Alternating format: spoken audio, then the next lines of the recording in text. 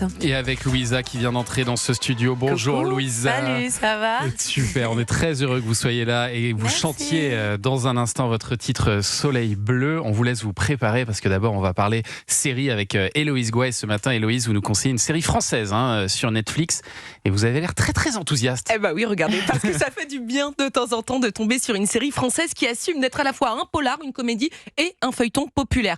C'est tout à fait le cas des Lionnes. Alors c'est Anissa Haddadi qui m'a ordonné de regarder et comme je veux pas d'ennui, je lui obéis.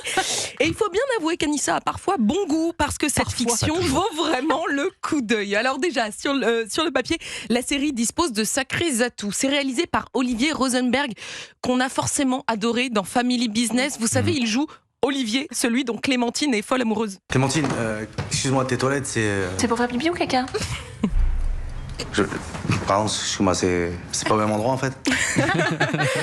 Autre atout charme de la série, elle est produite par un certain Jonathan Cohen qui apparaît bien évidemment à l'écran aussi, tout comme une tripotée d'acteurs qui n'ont pas oublié d'être doués, Rebecca Marder, Zoé Marshall, Pascal Arbillot ou encore François Damien, exceptionnel en mère affreusement antipathique, mère M-A-I-R-E, pas une maman antipathique. Compris, Bref, rien que là, normalement je peux arrêter ma chronique, Oui, tout bon. Ça devrait déjà vous donner envie de vous jeter sur Netflix ce soir. Donc si vous avez plus le temps, c'est bon. Non mais c'est bien tenté, mais on vous paye quand même pour travailler un petit peu, Héloïse. Ah oui. Elle raconte quoi la série? Qui sont les Lionnes déjà? 5 femmes, 5 copines, toutes un peu cabossées par la vie et surtout par la galère financière, décident de renverser la table. C'est un braquage là. Tout le monde par terre là. À terre, toi. La clé du distributeur, maintenant. Et oui, elle braque une banque déguisée en homme avec des transformateurs de voix de haute qualité, vous pouvez l'entendre. Voilà, pas de formation, pas de plan sur 15 pages, juste beaucoup de culot, un peu de panique et très vite énormément d'ennuis.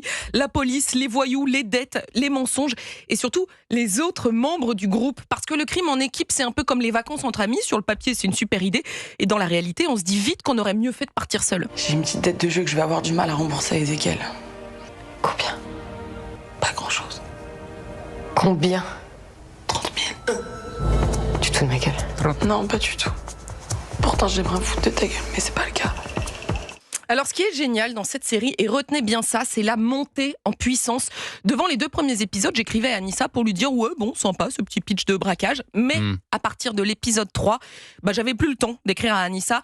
Les rebondissements s'accélèrent, les ennuis s'accumulent, les situations deviennent intenables. C'est génial. Le scénario, en fait, est vraiment très solide. On se fait cueillir les souvent. 3 épisodes, quoi. Il faut Et tenir oui. les 3 premiers, mais alors après, vous... Les 2 premiers. Je trouve qu'à partir du 3, on décolle s'en va, vraiment. Vous pouvez pas cligner des yeux, en fait, ça va tout On voit s'enchaîne jamais très vite. venir les virages. Et c'est drôle? Alors, il ne faut pas vous attendre à retrouver l'humour de Family Business. On rit, oui, notamment de situations décalées qui dérapent pile au mauvais moment.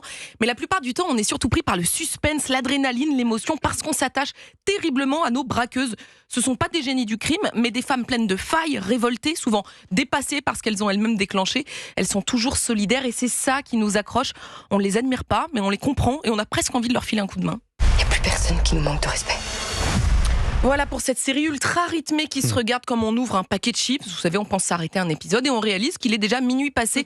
Et au vu de la fin, Anissa, on n'a pas encore débriefé, mais je croise très très fort les doigts pour une saison 2. Ah, mais Il y a alors, intérêt en fait. moi, je lance un appel général. Hein. Je commence les panneaux, je fais la manif. Il faut qu'il y ait une saison 2. C'est En génial. attendant la saison 1, c'est à retrouver donc sur Netflix, les Lionnes. Merci Héloïse Gouet.